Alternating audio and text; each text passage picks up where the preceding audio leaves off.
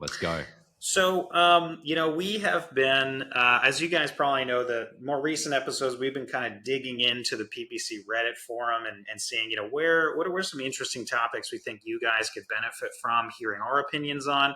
And one that popped up that's somewhat popular right now is when we start a new account, like brand new, there's no historic data, whatever. What are the first things that we like to implement? What are the first things we like to look into when we have a new account? So, that's the topic. Michael, I'm going to let you get started.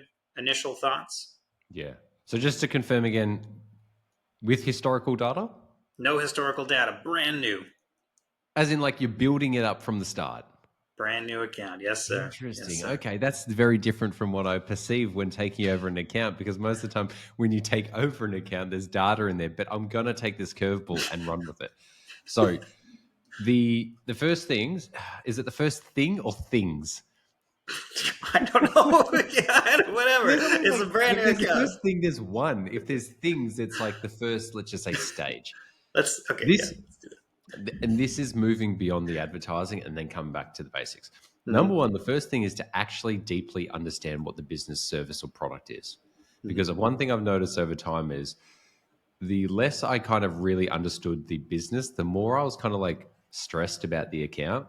So one thing I've learned is to deeply understand the product or service before setting the account or starting building the account. Because Mm-hmm. by really understanding that on a deep level, like speaking to the business owner, other stakeholders, just looking at the website, it just enriches the map in my mind or the team's mind towards what it is and how we go about it. Because Mm-hmm. once we understand what the business is, we can overlap that with our technical expertise to to really create the perfect strategy. I really would say the first thing starting count is verify that you really know what they do. Don't guess, don't assume, really know. Mm-hmm. Once you've done that, the main things that first things to do is number one, appropriate keyword research to really understand the market sentiment or intent around it, how many searches there are, just to ensure that you're kind of targeting the right area. The other thing I'd say as well is, whilst Google search, like the keyword planner will not give you the exact searches that people search for, you can kind of look, is there enough search? So then if I go for the more bottom of funnel or high intent terms, there will be enough search. And then I'll just go to the next next three, which is number one would be appropriate structure of the account, segmenting it by different lines of business or however you want to focus on it. Mm-hmm. Number two would be really solid, appropriate settings of those campaigns that you're setting up. And then number three, obviously, really like just very, very, very, very good conversion tracking. And when I've been saying that for so long, I'm trying to get to the words, but just there's so many times where conversion tracking is just not implemented properly. Sometimes it's as simple as putting a Google tag in a Google Tag Manager on a thank you page. Sometimes it's really the technical implementation, getting a developer to do it for an e-commerce website that's a custom built website. No matter if it's the simple one with Google Tag Manager or the advanced one, but you really need that down, because that is what's going to be guiding the algorithm and also guiding your own decision making. Mm-hmm. As an agency or as a specialist, you're not being paid to press buttons. You're paid for strategic decision making. If you do not have the right data, being it the data of what the business actually does, or the outcome-based data, being it the actual results you're getting, you're not going to be an effective and efficient strategic decision maker. So Mm-hmm. that's more of the mindset, So once again, I'll summarize it. Really understanding what the business does, really solid structure, really good settings, and really good conversion tracking. And then you're golden. I think there was something else in there, but I'll leave it for the audience to Well, remember. What are your thoughts, mate? I would just add to that because I agree with everything you said. Those are going to be the biggest things to start with. You and I have done this so long, it just comes off the top of our head. That's Yeah. obvious. We want to get right into all those things. I think to maybe add to the first one around understanding the business is really getting clear on your objectives and your timeline. Yes. This is something that usually gets procrastinated because you just kind of want to get something going. Like you're excited about the promise of this new ad channel. You've heard good things from other business owners or whatever. You just want to get started. You want to start making money with this marketing channel, but getting clear on your objectives and your timeline. That's why I make it really clear when I'm taking over an account. I don't usually create new accounts. It's not something I usually work with anymore. But if I was to advise on that, that is going to be something I would start with right away is, okay, what is break even for us? Look into your profitability. If you don't know them, know them. You need to know this stuff as a business owner Yeah. or as a C-level executive, and you need to translate that for the agency that's going to be running the account and managing the campaigns. Otherwise, they're going to be in the dark. They're going to be like, what's an appropriate bid level? I don't know. What's our profit margins? Like, how do I need to back into that mathematically? And that means you as the client need to tell me, or if you're doing it yourself, you need to tell yourself, where are those break even points? Now, it's okay in the beginning if you're not 100% clear, even if you just have like a range, like maybe it's between 2x and 3x return on ad spend, or the max cost per lead based on qualified leads and the cost associated with those is $50 a lead. Just get like $50 to $75 a lead or something. Just get something in there. Otherwise, you're going to be trying to optimize your campaigns essentially in the dark. You're like, maybe this is good, maybe it's not. But you're going to eventually hit that point, decision points where you say, should we spend more aggressively, right? Should we spend more on this channel, on this campaign, whatever? You can't really answer that until you nail down those objectives and those break-even points. So super crucial that you do take a lot of time to figure that out. Again, does not need to be perfect. You can adjust it later, but I usually recommend start somewhat conservative. Generally speaking, I mean, everyone's going to be a little bit different here, but if you start really aggressive with a brand new account before you've developed a baseline of benchmarks for performance, you could end up kind of wasting a whole lot of money. Either your agency is doing that because they have a loose, very aggressive goal, but I would usually lean a little bit more conservative, try to find a balance and spend what you can, but don't just waste it all in the first month. If you've got a full quarter of a budget, don't waste it the first month. Try to balance that out. So I'd say that, and then timeline. Timeline is part two. Timeline just essentially means, okay, we want to be aggressive. Maybe the main objective here is this is brand new. We want to understand our marketplace. That's a very specific goal. In that regard, we have to be more aggressive. Let's spend a lot. Let's do that quickly.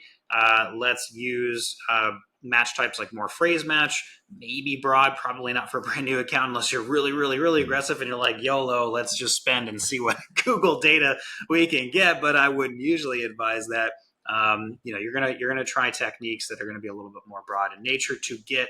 The goal is essentially data acquisition. Figure out what CPCs, click-through rates, post-click engagement rates look like, and then we can adjust later.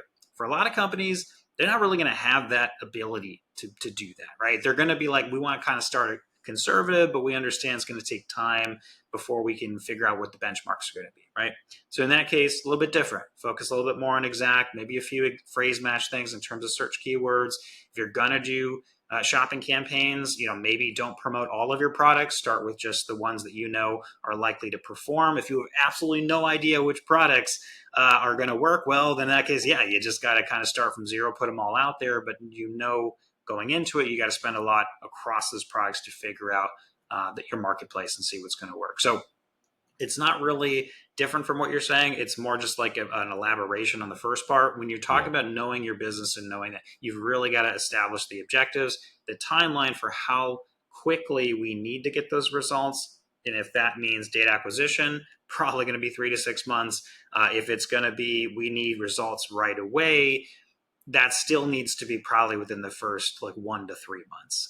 It's not always going to be you turn it on and right away you start making profitable sales. You're going to have to dial that stuff in over time. Yeah. So, mate, anything else you want to add? Yeah. And I think just the other thing to polish all the top is setting clear expectations, as you were just literally mentioning there, and communicating that. Even when getting an account live, understanding is really the first thing you should do is set expectations and consistently manage expectations. And I think that's kind of like the whole thing that will polish on top. So regardless of, because even if someone who's watching this is running it in-house at a company, they will be reporting to a marketing director or a CEO, or even if you're a business owner watching this and you're self-serving yourself as managing your own expectations, rather than just going, yeah, I understand that. Like, there's setting your expectations. Like, yeah, I've set my expectations. Then a week later, like changing everything because you're not even managing your own expectations on the timeline, as you mentioned, and then just like what success looks like as well. Yeah. And if you have no historical data, I want to add to that. It's not like you're really starting from zero. You can I mean, you can hire a market research firm that Yeah. can look into your, establishing customer journey and persona mapping and all that good stuff. You don't have to necessarily start from zero. You also have PPC tools that are out there, the SEMrushes of the world, whatever, that can give you a general idea of what is your competition already doing, right? Like, what are the Yeah. people selling the same things as you, products, services, whatever? What are they using for ad copy? What's on their landing pages? How do they, what kind of keywords are they targeting? Now, the data is probably going to be quite outdated. That tends to be just Yeah. how it works, crawlability, etc. But it gives you a general idea, so you're not necessarily starting from zero. And Michael already alluded to the Google Keyword Planner. Microsoft has the same thing.